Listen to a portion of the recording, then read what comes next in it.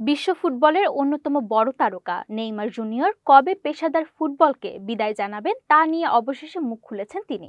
Brazilian এই তারকার বয়স এখন ৩৪। দীর্ঘদিন ইনজুরি সমস্যার কারণে অবসর ভাবনা এখন বাস্তবতার কাছাকাছি চলে এসেছে। তবে ক্যারিয়ারের শেষ অধ্যায়ের আগে তার সবচেয়ে বড় লক্ষ্য ২০২৬ ফুটবল বিশ্বকাপে খেলা। তিনি চান আবারও ব্রাজিলের হয়ে জাতীয় দলের জার্সিতে বিশ্বকাপ খেলতে। এজন্য এখন তার প্রধান লড়াই ফিটনেস ফিরে পাওয়া। সৌদি আরবের ক্লাব আল হিলাল ছেড়ে শৈশবের ক্লাব সান্তোসে ফেরার পরও ইনজুরি তাকে ভুগিয়েছে। হাঁটুর অস্ত্রোপচারের পর ধীরে ধীরে মাঠে ফিরেছেন তিনি এবং ২০২৬ সালের শেষ পর্যন্ত ক্লাবটির সঙ্গে চুক্তিও করেছেন, মূলত বিশ্বকাপ দলে জায়গা পাওয়ার লক্ষ্যেই। সাম্প্রতিক এক সাক্ষাৎকারে নেইমার জানান, বছরের শেষ নাগাদ অবসরের সিদ্ধান্ত নিতে পারেন তিনি, তবে সেটি নির্ভর করবে তার শারীরিক অবস্থা এবং ব্যক্তিগত অনুভূতির ওপর। অর্থাৎ এখনই চূড়ান্ত কিছু নয়, সময় বলে দেবে তার ভবিষ্যৎ।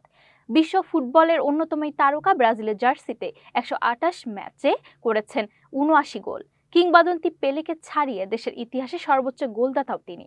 তবে জাতীয় দলে ফেরার পথে সবচেয়ে বড় শর্ত হলো পূর্ণ ফিটনেস। ব্রাজিল দলের কোচ কার্লো আনচেলত্তি ইতিমধ্যে জানিয়ে দিয়েছেন, শতভাগ ফিট না হলে দলের জায়গা পাওয়া কঠিন। সব মিলিয়ে অবসর ভাবনা সামনে থাকলেও নেইমারের চোখ এখনো বিশ্বকাপের মঞ্চে।